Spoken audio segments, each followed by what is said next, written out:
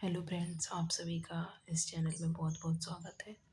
आज हमारा अगला टॉपिक है ह्यूमन रेस्पिरेटरी सिस्टम। कल जो हमने टॉपिक पढ़ा था कि जो सेल होती है वो कितने प्रकार की होती है। तो इसी क्रम में जो बायोलॉजी के हैं वो इम्पोर्टेंट टॉपिक आते रहेंगे। और बहुत सारे जो इम्पोर्टेंट एग्ज़ाम है। तो आज हमने टॉपिक लिया है रेस्पिरेशन। रेस्पिरेशन क्या होता है? मानव श्वसन लिया है, मानव श्वसन की जो प्रक्रिया है। अच्छा, इसमें जो हम पढ़ाएंगे वो बहुत ज़्यादा डिटेल में पढ़ाएंगे। तो इसमें NEET, twelfth, CBSE, KVS, NVS, LDGIC जो भी है सबके लिए बहुत ज़्यादा इम्पोर्टेंट है। तो आज हम पढ़ते हैं ह्यूमन रेस्पिरेटरी सिस्टम। सबसे पहला टॉपिक आता है रेस्पिरेशन। क्या होता है रेस्पिरेशन? मतलब क्या होता है कि सांस को लेना और छोड़ना, यही तो होता है रेस्पिरेशन। तो सबसे पहला हमारा एक क्वेश्चन है आप सभी के कि जो कन्फ्यूजन होता है कि सब लोग ये सोचते हैं कि सांस मतलब क्या होता है, कोई भी गैस ले लेना। लोग बच्चों से पूछो अगर कि रेस्पिरेशन क्या होता है तो बताते हैं कि ऑक्सीजन लेना और कार्बन डाइऑक्साइड छोड़ना, यही तो बताते हैं। परंतु ये बताओ, क्या अपन ऑक्सीजन को छान छान के ऑक्सीजन लेते हैं क्या? ये क्वेश्चन है हमारा। तो ऐसा तो नहीं है, नहीं है ना। तो इसके लिए क्या करते हैं अपन, जो एयर होती है उसको लेते हैं। तो उसमें सिर्फ ऑक्सीजन तो उपस्थित होती नहीं है, वातावरण में तो बहुत सारी गैसें उपस्थित होती हैं। कार्बन डाइऑक्साइड भी होती है, नाइट्रोजन भी होती है, ऑक्सीजन भी होती है, यही सारी गैसें तो होती हैं। तो अपन क्या करते हैं, जो अपनी नाक के द्वारा अपन क्या करते हैं, एयर को लेते हैं। इसके बाद जो एयर है वो अंदर जाती है और एयर से जो होता है वो फिल्टर होता है। इसके बाद कार्बन डाइऑक्साइड जो अंदर की डीऑक्सीजनेटेड ब्लड से कार्बन डाइऑक्साइड तथा जो अदर गैसेस होती हैं वो उनको बाहर कर दिया जाता है। तो इसमें क्या लिखा है? इसमें ऑक्सीजन नहीं लिखा है। Air enter through nose reach lungs. मतलब कि जो एयर है वो एंटर करती है किसके थ्रू? नोज के थ्रू। रीच लंग्स में जाती है and soluble of oxygen gas, यानी कि जो ऑक्सीजन है उसको सॉल्युबल करती है with the help of the oxygen breakdown of the glucose and formed CO2 and out of the CO2 called the respiration। इसका मतलब ये है कि एयर जो होती है वो नाक के थ्रू अपने लंग्स तक पहुंचती है। लंग्स में जो ऑक्सीजनेटेड ब्लड होता है उसका एक्सचेंज होता है। जैसे ब्लड होता है, ब्लड में क्या होता है, अपन डिटेल में और आगे जाएंगे। ब्लड में क्या होता है कि कार्बन डाइऑक्साइड का जो कंसंट्रेशन होता है वो ज़्यादा होता है। तो उसमें डिफ्यूजन जो प्रोसेस होती है, विसरण, उस प्रक्रिया के थ्रू ऑक्सीजन जो होती है वो उसमें ब्लड में घुल जाती है और जो कार्बन डाइऑक्साइड जो होती है वो बाहर आ जाती है और जो अदर गैसेस है वो बाहर निकाल दी जाती हैं। तो सीधा सीधा मतलब है कि एयर को लेना और कार्बन डाइऑक्साइड तथा जो हमारी बेकार वाली गैस है उनको बाहर करना, ही हमारा क्या कहलाता है? श्वसन। आज हम इसका सीधा सीधा सिंपल सिंपल टॉपिक पढ़ेंगे। इसके बाद हम धीरे धीरे इसको डिटेल में जाएंगे। ये क्लास हमारी कम से कम 2 क्लासों में ही हो पाएगी, है ना। तो सबसे पहले हमने क्या पढ़ लिया? रेस्पिरेशन की डेफिनेशन। नाक के द्वारा हमें क्या करना है? एयर को लेना है और लंग्स में जाती है एयर, और इसके बाद जो ऑक्सीजन है वो सॉल्युबल होती है और कार्बन डाइऑक्साइड तथा जो अदर गैसें होती हैं वो बाहर निकलती हैं। उसी को हम क्या कहते हैं? रेस्पिरेशन। तो ये रेस्पिरेशन हमारा, सबसे पहले तो इसकी डेफिनेशन क्लियर हुई। इसके बाद आ जाता है कि रेस्पिरेशन जो होता है वो कितने प्रकार का होता है ना। रेस्पिरेशन जो होता है वो कितने प्रकार का होता है? तो रेस्पिरेशन जो होता है वो 2 प्रकार का पाया जाता है मेनली, एरोबिक रेस्पिरेशन और एनारोबिक रेस्पिरेशन। एरोबिक क्या होता है? एयर, मतलब जो ऑक्सीजन की प्रेजेंस में उपस्थित हो उसे हम एरोबिक रेस्पिरेशन कहते हैं, और जो एनारोबिक मतलब जो ऑक्सीजन के अब्सेंस में उपस्थित हो उसे हम कहते हैं एनारोबिक रेस्पिरेशन। ठीक है। एरोबिक में क्या है? जैसे कि एरोबिक मतलब अपन लोग ह्यूमन, एनिमल, रेप्टाइल तथा एनिमल, ये जितने भी हैं सभी क्या करते हैं? ऑक्सीजन की उपस्थिति में ही, मतलब ऑक्सीजन लेते हैं तो वो हमारे क्या कहलाएंगे? एरोबिक ऑर्गेनिज्म कहलाएंगे। एनोरोबिक में क्या आएगा? जैसे कि वायरस हुआ, यूनिसेलुलर हुआ, बैक्टीरिया एंड फंगी, फंगस जो होता है, कवक, वो सारा हमारा एनोरोबिक रेस्पिरेशन में आता है। चलो अब हम आपको रेस्पिरेशन का जो मार्ग है उसके बारे में थोड़ा सा बताएंगे। फिर इसके बाद अपन एक एक के बारे में डिटेल से स्टडी करेंगे। अभी जो रफली है वो थोड़ा सा पढ़ाएंगे। इसके बाद क्योंकि ये जो क्लास है अपनी वो 2 क्लास में कम से कम कंप्लीट होगी, क्योंकि इतना बड़ा टॉपिक है। तो हमारा ऐसा है कि एक भी क्वेश्चन बाहर नहीं जाए उस हिसाब से पढ़ाना चाहते हैं, तो इसलिए थोड़ा-सा अभी अपन रफली पढ़ेंगे कि क्या इसके जो ऑर्गन्स होते हैं, जो बीच-बीच में इसमें इसके जो पार्ट्स हैं उनके नाम याद करेंगे अपन और उसका कार्य याद करेंगे। इसके बाद एक-एक के बारे में अपन टॉपिक वाइज़ धीमे-धीमे पढ़ेंगे। इसमें क्या होता है, सबसे पहले इसमें जो है वो मार्ग बताया गया है कि रेस्पिरेटरी मार्ग कैसा होता है, ठीक है। तो इसमें क्या होता है कि जो सबसे पहले क्या होती है हमारी एयर, क्या एयर, ये हमारी क्या है नोज, ठीक है। तो नोज के थ्रू सबसे पहले क्या होती है, एयर हमारी इंटर होती है। क्या होती है, एयर। अपन नाक के द्वारा ही तो सांस लेते हैं। तो नाक में क्या होती है, नसल कैविटी पाई जाती है एक नाक। अच्छा, इसमें जो हेयर्स पाए जाते हैं उसका क्या कार्य होता है, उसका काम होता है कि जो अपने एयर के थ्रू जो धूल के कण वगैरह जो होते हैं, जो वो अपनी कैविटी में मतलब अंदर नहीं पहुंच जाए, तो इसलिए वो उनको रोकता है। तो ये हमारी नसल कैविटी पाई जाती है। तो सबसे पहले एयर जो हमारी आती है वो कहाँ आती है, नाक में, ठीक है, नोज में आई।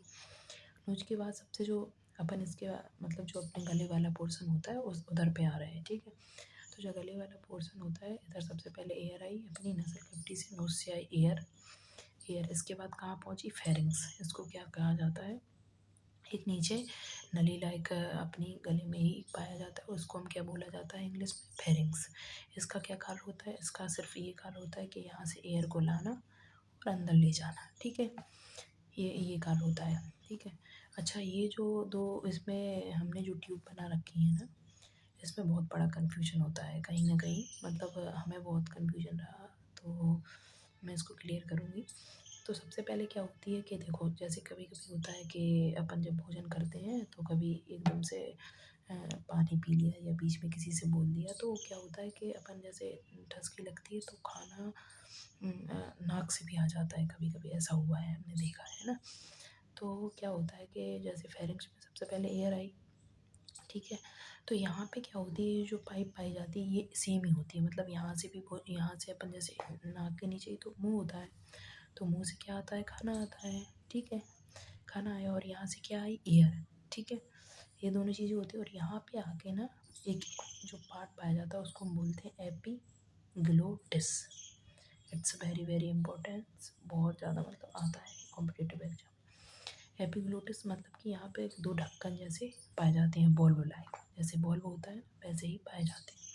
तो जैसे एयर आती है तो एयर वाला बॉल्व खुल जाता है और एयर इसमें चली जाती है, और यहाँ पे मतलब यहाँ पे आके जो नली होती है वो दो पार्ट्स में बट जाती है। तो अगर इस वाली नली में जैसे भोजन आता है तो इस वाली नली में चला जाता है, और जबकि एयर जो आती है तो विंड पाइप के थ्रू यहाँ अंदर पहुँच जाती है, ठीक है। तो सबसे पहले हमारी एयर कहाँ आई, नोज में। नोज के बाद नसल कैविटी से होती हुई फेरिंग्स में आई, एक ट्यूब लाइक स्ट्रक्चर होता है फेरिंग्स। फेरिंग्स के बाद हमारी जो एपिग्लोटिस एक ढक्कन होता है उसमें बॉल्व लाइक, उसको उसमें एयर आई, ठीक है। एयर आई और अंदर पहुँच गई, ठीक है। इसको क्या कहते हैं, इसको ट्रेकिया बोला जाता है। इसको क्या बोला जाता है, ट्रेकिया, ठीक है। इसके नाम जो है वो आते हैं कि ट्रेकिया जो होता है वो किसका पार्ट है, रेस्पिरेशन का है, डाइजेशन का है, या फिर डाइजेशन का हो गया, एक्सक्रीशन का हो गया। तो ये सारी चीज़ें अपन को क्या है, एक एक नाम याद होनी चाहिए। ये नीट में, मतलब मैं नीट को लेके ही पढ़ा रही हूँ, जो बच्चा नीट की तैयारी कर रहा है उसके लिए जैसे रेस्पिरेशन क्लियर नहीं है तो अगर दो वीडियो देख लेगा तो इससे बाहर क्वेश्चन नहीं आएगा कुछ भी, ठीक है। तो इसके बाद सबसे पहले एयर कहाँ आई, फेरिंग्स में। एयर कहाँ आई, अपनी एपिग्लोटिस में, ठीक है। इसके बाद एपिग्लोटिस के बाद क्या होता है, एयर जो आती है यहाँ पे। अच्छा, जैसे ही यहाँ पे एयर आई तो यहाँ पे क्या पाया जाता है, एक हमारा वोकल बॉक्स बोल सकते हैं इसको, इसको वोकल बॉक्स बोला जाता है, इसको लैरिंग्स बोला जाता है। It's very very very important, ठीक है। ये आता है कि जो अपनी जो आवाज़ आती है वो किसके द्वारा आती है, तो उसको क्या कहा जाता है, लैरिंग्स। वो हमारा जो ऑर्गन होता है, एक लैरिंग्स एक ऐसा पार्ट्स पाया जाता है, कार्टिलेज की मसल्स जो होती हैं वो पाई जाती हैं, इनके थ्रू ही जब अपनी एयर ऊपर नीचे आती जाती है तो इससे क्या होता है, हमारी आवाज़ निकलती है जिससे अपन हम बोल पाते हैं। तो ये हमारा बॉक्स है, इसी के थ्रू अपन बोल पाते हैं, तो ये हमारा लैरिंग्स पाया जाता है, ठीक है। इसके बाद नीचे जैसे जैसे आएंगे अपन तो ये नीचे वाले पार्ट को ट्रैकिया बोला जाता है, ठीक है। ये अपन सिर्फ पार्ट पढ़ रहे हैं अभी, ठीक है। फिर इसके बाद में एक एक स्टडी भी करेंगे अगली वाली वीडियो में, इस वीडियो में सिर्फ पार्ट्स पढ़ रहे हैं, ठीक है। तो जैसे ट्रेकिया में क्या हुई, एयर आई, फेरिंग्स में आ गई, लैरिंग्स में आ गई। लैरिंग्स अपना वोकल बॉक्स है, याद रखना। इससे ही अपनी आवाज़ आती है जब अपनी एयर एंटर होती है। या अच्छा, जो अपनी ये पूछा जाता है, ये क्वेश्चन आता है कि अपनी जब अपनी एयर एंटर होती है तब आवाज़ निकलती है कि जब एग्ज़िट होती है तब। तो जब अपनी एयर एग्ज़िट होती है तब अपन आवाज़ जो है निकलती है, ठीक है, तब अपन बोल पाते हैं। तो ये हमारा ट्रैकिया हो गया। इसके बाद ट्रैकिया जो होती है वो अपनी दो पार्ट्स में डिवाइड हो जाती है, ठीक है। तो ये हमारे दो जो पाए जाते हैं उनको क्या कहा जाता है, लंग्स। क्या कहा जाता है, फेफड़ा। ये हमारे दो फेफड़ा पाए जाते हैं, ठीक है। अब इसके बारे में पढ़ेंगे। ये अपना कौन सा है, राइट, और ये हमारा कौन सा है, लेफ्ट, ठीक है। इसकी जो लेयर होती है उसको इसकी जो लेयर होती है उसको वो काय की बनी होती है, प्ल्यूरो मेम्ब्रेन। ये आता है कि जो अपनी हार्ट की लेयर, जो अपनी लंग्स की लेयर होती है वो काय की बनी होती है, तो प्ल्यूरो मेम्ब्रेन की बनी हुई होती है, ठीक है। इसके बाद क्या होता है कि सबसे पहले जो ट्रेकिया हुआ, ट्रेकिया का जो फर्स्ट डिवीज़न होता है उसको क्या कहा जाता है, प्राइमरी ब्रोंकाई। इसका जो फर्स्ट डिवीज़न मतलब कि ये ट्रेकिया जब दो भागों में डिवाइड हुई तो इसको कहा जाता है प्राइमरी ब्रोंकाई, ठीक है। इसके बाद जब दूसरा डिवीज़न होता है तो उसको क्या कहा जाता है, ब्रोंकियोल्स। और इसके बाद जो इसमें पाई जाती है उसको क्या कहा जाता है, एल्वियोली। क्या कहा जाता है, एल्वियोली। और ये जो होती हैं वो अपनी यूनिट ऑफ लंग्स, क्या कहा जाता है इनको, यूनिट ऑफ लंग्स। पहला क्वेश्चन एल्वियोली के बारे में, ठीक है। दूसरा क्वेश्चन क्या है इसमें कि कम से कम ये 1 लाख से ज़्यादा या 2 लाख के समथिंग हमारे लंग्स में जो है ना वो पाई जाती है, ठीक है। लेफ्ट राइट जो लंग्स होता है वो थोड़ा सा बड़ा होता है, जबकि लेफ्ट वाला जो होता है वो छोटा होता है, क्योंकि यहाँ पे हमारा क्या पाया जाता है, हार्ट। क्या पाया जाता है, हार्ट, ठीक है। अब आगे अपन जब हार्ट की हम ब्लड सर्कुलेशन के बारे में पढ़ेंगे तब हम हार्ट के बारे में भी आपको पढ़ाएंगे धीरे धीरे। इसमें क्या होता है, एल्वियोली का वर्क क्या होता है, यार यहाँ से यहाँ तक आ गई है ना, यहाँ तक आ गई। तो अपना एयर का काम क्या है कि अपने ऑक्सीजन, जो डीऑक्सीजनेटेड ब्लड होता है जिसमें ऑक्सीजन नहीं पाई जाती उसमें ऑक्सीजन को ट्रांसफ़र करना ही काम होता है हमारा एल्वियोली का, ठीक है। क्या काम होता है, एल्वियोली का काम होता है कि ऑक्सीजन जो अपनी उपस्थित नहीं है उस ऑक्सीजन को ब्लड में घोलना, ठीक है। डीऑक्सीजनेटेड जो ब्लड है उसको घोलना।